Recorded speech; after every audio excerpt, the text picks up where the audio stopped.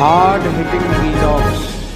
Hello viewers, भाई आज के हमारे वीडियो का टॉपिक है अखिलेश को गिरगिट कहा, इंडिया गठबंधन को नो, मोदी की अनाज स्कीम को गुलामी का टूल, मायावती ने क्लियर कर दी अपनी फ्यूचर पॉलिटिक्स की लाइन। दोस्तों, इंडिया गठबंधन की दिल्ली बैठक में समाजवादी प्रमुख अखिलेश यादव ने बसपा के साथ बातचीत को लेकर तल्ख तेवर दिखाते हुए ये तक कह दिया था कि अगर मायावती की पार्टी गठबंधन में आई तो उनकी पार्टी को भी अपना स्टैंड क्लियर करना पड़ेगा।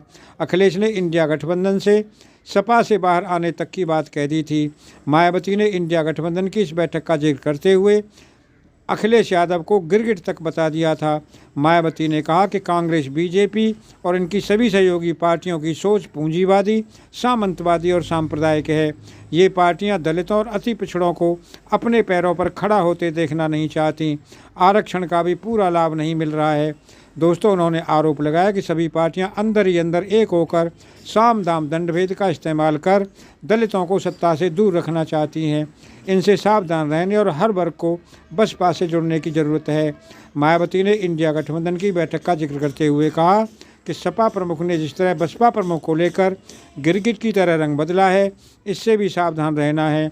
उन्होंने आकाश आनंद को अपना एकमात्र उत्तराधिकारी घोषित करने के बाद राजनीति से संन्यास की अटकलों पर भी विराम लगा दिया और कहा कि ऐसी खबरों में रत्ती भर भी सच्चाई नहीं है। दोस्तों, मायावती ने इंडिया गठबंधन में शामिल होने के कयासों पर भी विराम लगा दिया। मायावती ने साफ कहा कि बसपा लोकसभा चुनाव में अकेले मैदान में उतरेगी। बसपा किसी भी पार्टी से गठबंधन नहीं करेगी। हालांकि उन्होंने चुनाव बाद गठबंधन का विकल्प भी खुला रखा।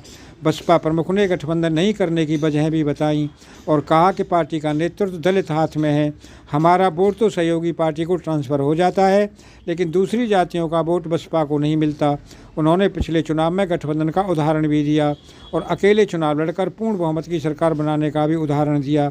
दोस्तों, मायावती ने कहा कि 1993 में हमने सपा से गठबंधन किया था। हम कम सीटें जीत पाए थे और गठबंधन का लाभ समाजवादी पार्टी को मिला। 1996 में बसपा कांग्रेस का गठबंधन था और तब कांग्रेस को अधिक फ़ायदा मिला। उन्होंने ये भी कहा कि 2002 में बसपा ने अकेले चुनाव लड़ा और करीब 100 सीटें जीतीं। 2007 में अकेले लड़े और पूर्ण बहुमत की सरकार बनाई। मायावती ने ईवीएम पर भी सवाल उठाए और कहा कि 2007 के चुनाव के समय ईवीएम का शुरुआती दौर था और इसलिए तब धांधली या बेईमानी संभव नहीं थी। अब जिस तरह से हर चुनाव में धांधली हो रही है, बसपा को यूपी के साथ ही बाकी देश में भी नुकसान उठाना पड़ रहा है।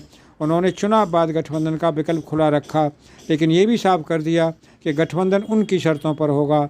दोस्तों, मायावती ने मोदी सरकार की फ्री राशन की स्कीम को गुलामी का टूल बताते हुए कहा कि हमने यूपी में अपनी 4 बार की सरकार में सभी वर्गों के लिए काम किया। अल्पसंख्यक, गरीब, किसान और अन्य मेहनतकश लोगों के लिए जन कल्याणकारी योजनाएं शुरू की थीं। उन्होंने कहा कि सरकारें नाम और स्वरूप बदलकर उन योजनाओं को अपना बनाने का प्रयास कर रही हैं, लेकिन जातिवादी होने के कारण ये काम नहीं हो पा रहा है।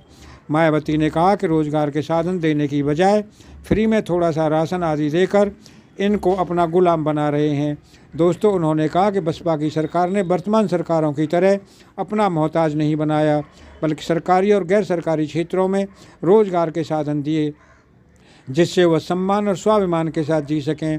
ये सरकार लोगों को गरीबी और बेरोजगारी से मुक्ति दिलाने, स्वाभिमान के साथ जीने का अवसर उपलब्ध कराने की बजाय थोड़ा सा मुफ्त राशन बांटकर गुलाम बनाने की कोशिश कर रही है। मायावती ने यह भी कहा कि केंद्र और राज्य की सरकारें धर्म और संस्कृति की आड़ में राजनीति कर रही हैं, जिससे लोकतंत्र कमज़ोर हो रहा है। दोस्तों, मायावती ने अपने जन्मदिन के मौके पर फ्यूचर पॉलिटिक्स की लाइन भी क्लियर कर दी।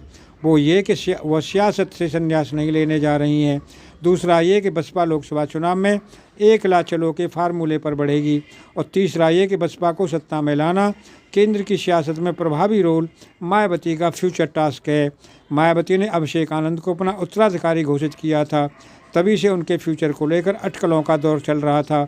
अब मायावती ने एक तरह से ये साफ कर दिया है कि वह सियासत के पर्दे में फ़िलहाल नहीं जा रही हैं। उनकी मंशा अपने सामने ही बसपा के शीर्ष पद के लिए अभिषेक आनंद को तैयार करना और स्थापित करना है।